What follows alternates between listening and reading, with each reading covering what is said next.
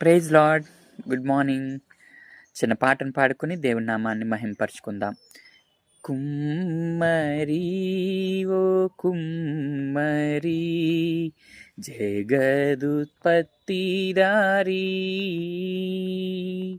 జీగట మన్నైనా నా వంక చల్లగా చూడుమయ్యా, చల్లగా చూడుమయ్యా. పనికి రాని పాత్రయని పారవేయకుమా, పొంగి పొరలు పాత్రగా నన్ను నింపుమా. సువార్తలోని పాత్రలన్నీ శ్రీయేసుని పొగడుచుండా,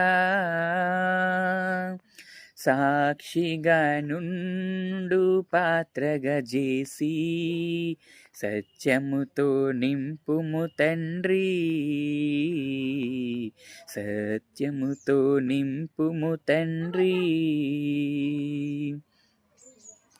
ఈ ఉదయకాల సమయంలో ప్రియ నేస్తమా, ప్రియ అక్క, ప్రియ చెల్లి, నీ జీవితము ఎందుకు పనికిరాని స్థితిలో ఉన్నాను అని బాధపడుతున్నావేమో, లేకపోతే నా బంధువులే నేను ఎందుకు పనికిరాను అని నన్ను అంటున్నారు అని అనుకుంటున్నావేమో, లేకపోతే నీ భర్తే నిన్ను అలా అంటున్నాడు అనుకుంటున్నావేమో, లేకపోతే నీ భార్యే నువ్వు ఎందుకు పనికిరావు, నువ్వు ఎందుకు పనికిరాని స్థితిలో ఉన్నావు, కుటుంబాన్ని నడపలేని స్థితిలో ఉన్నావు అని నీ భార్య నిన్ను అంటుందేమో, లేకపోతే నీ కుమారులే నిన్ను అంటున్నారేమో, లేకపోతే లోకమే నిన్ను ద్వేషిస్తుందేమో. కానీ నా యేసయ్య అంటున్నాడు, నిన్ను పనికొచ్చే పాత్రగా మారుస్తానని ఆయన సెలవిస్తున్నాడు.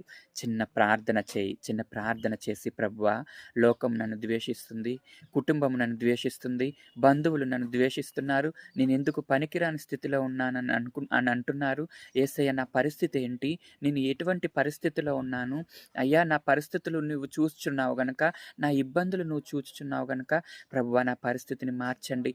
యేసయ్య, పనికొచ్చే పాత్రగా నన్ను మార్చండి, పనికిరాని పాత్రలా ఉన్నటువంటి నన్ను పనికొచ్చే పాత్రగా మార్చండి అని చిన్న ప్రార్థన చేయండి. ప్రార్థన ప్రతి పరిస్థితిని మారుస్తుంది. కాబట్టి ప్రియ యవనస్తుడా, నువ్వు ఎందుకు పనికిరావు అని అనుకోవద్దు. యేసయ్య ప్రతి ఒక్కరిని ఉపయోగపడేవారిగా దేవుడు ఉంచుతున్నాడు. కాబట్టి ఒక విలువైన పాత్రగా నువ్వు ఉన్నావు. ఒక విలువైనటువంటి ఒక కుమ్మరి చేతిలో ఒక కుండ ఎలా అయితే మలచబడుతుందో ఆ విధంగా దేవుడు నీ జీవితాన్ని మలచబోతున్నాడు. నీ జీవితాన్ని వెలుగుమయం చేయబోతున్నాడు. నీ